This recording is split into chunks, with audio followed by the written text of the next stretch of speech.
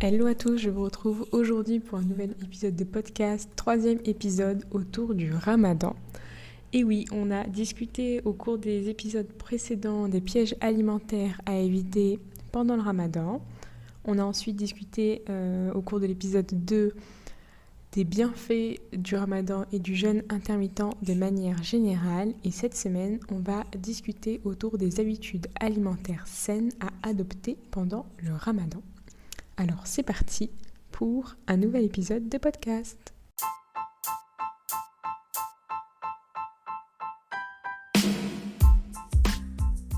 Hello, moi c'est Laïla, conseillère en naturopathie et praticienne en hypnose ericksonienne. Je te partage dans ce podcast les réflexions, les clés, des conseils également pour prendre soin de toi, de ton hygiène de vie, mais pas seulement.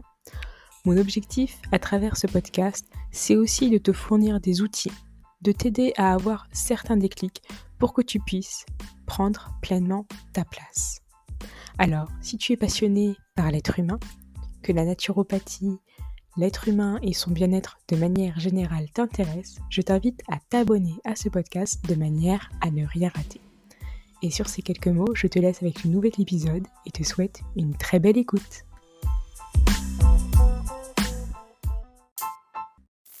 Alors, les habitudes alimentaires saines à adopter pendant le Ramadan. Adopter des habitudes alimentaires saines pendant le Ramadan peut vraiment vous aider à maintenir un niveau d'énergie assez haut, d'avoir assez d'énergie pour votre journée, mais aussi à promouvoir votre santé de manière générale.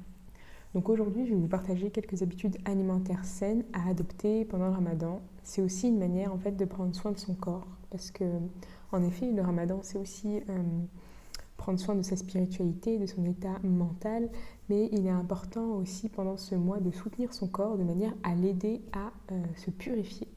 Justement, le mois de Ramadan, c'est l'occasion de se nourrir spirituellement, mais pas seulement. Donc c'est pour ça qu'aujourd'hui, je vous partage quelques conseils pour prendre soin de votre corps par le biais de l'alimentation. Premier conseil, ça va être d'adopter une alimentation équilibrée. Qu'est-ce que je veux dire par là ? Une alimentation équilibrée doit comprendre une variété d'aliments assez variés, des fruits, des légumes de saison et des fruits de saison à la fois crus et cuits, des protéines maigres, comme par exemple du blanc de poulet, de l'escalope, éviter des viandes rouges, ou du moins éviter d'en prendre tous les jours. Opter pour des céréales complètes plutôt que des céréales raffinées. Et surtout, varier l'apport de céréales. J'ai envie d'accentuer un petit peu ce point-là dans le sens où j'ai envie de vous rappeler qu'il n'est pas forcément systématique d'avoir des céréales à tous vos repas et surtout d'avoir du pain, surtout qu'elles ne doivent pas représenter la majorité de vos repas. Je sais qu'on adore les pains farcis dans notre culture, on adore les feuilletés, etc. Ça n'est pas indispensable et surtout, c'est essentiel en effet de se faire plaisir, mais c'est pas indispensable et ça ne doit pas être consommé de manière quotidienne. Ensuite, le deuxième conseil, c'est de réduire la taille de vos portions. On a tendance à avoir les yeux beaucoup plus gros que le ventre quand on prépare nos repas pour la rupture du jeûne et une alimentation trop riche peut entraîner de réels problèmes digestifs et une prise de poids. Et il est essentiel que vous preniez des repas plus petits. Commencez par rompre votre jeûne par du liquide, que ce soit de l'eau, une soupe, un jus de légumes, pour tout simplement ne pas brusquer votre système digestif et donc votre digestion. Prenez soin d'avoir des portions qui correspondent à vos réels besoins sans aller dans l'excès. Troisième conseil, ça va être de choisir des méthodes de cuisson saines et surtout d'éviter au maximum les fritures. Préférez des cuissons au four, à la vapeur ou encore à la poêle.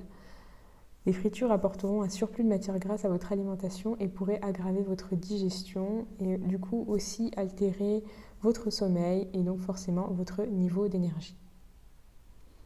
Quatrième conseil, limitez les aliments et les boissons sucrées.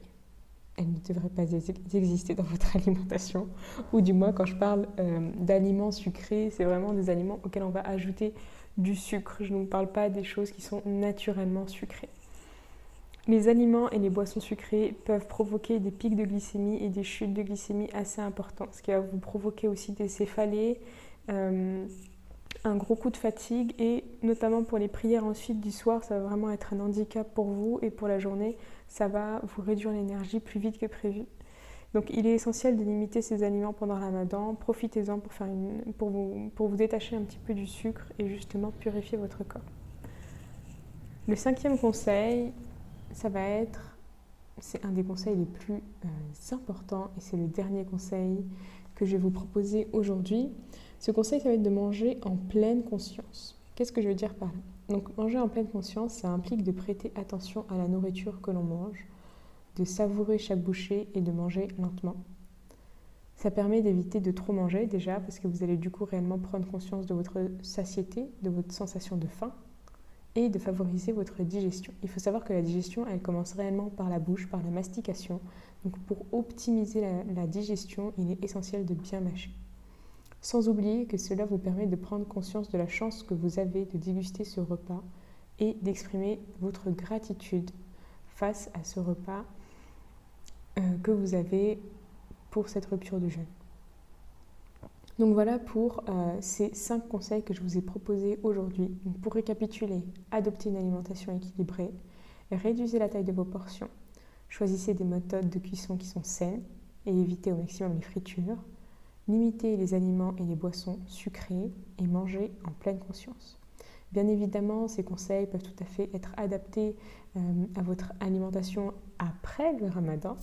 Et au contraire, je vous conseille aussi de continuer de prendre ces belles habitudes que vous avez prises pendant le ramadan, après le ramadan, pour justement favoriser une reprise alimentaire progressive et y aller avec délicatesse et profiter justement des bienfaits qu'a pu vous apporter ce mois béni.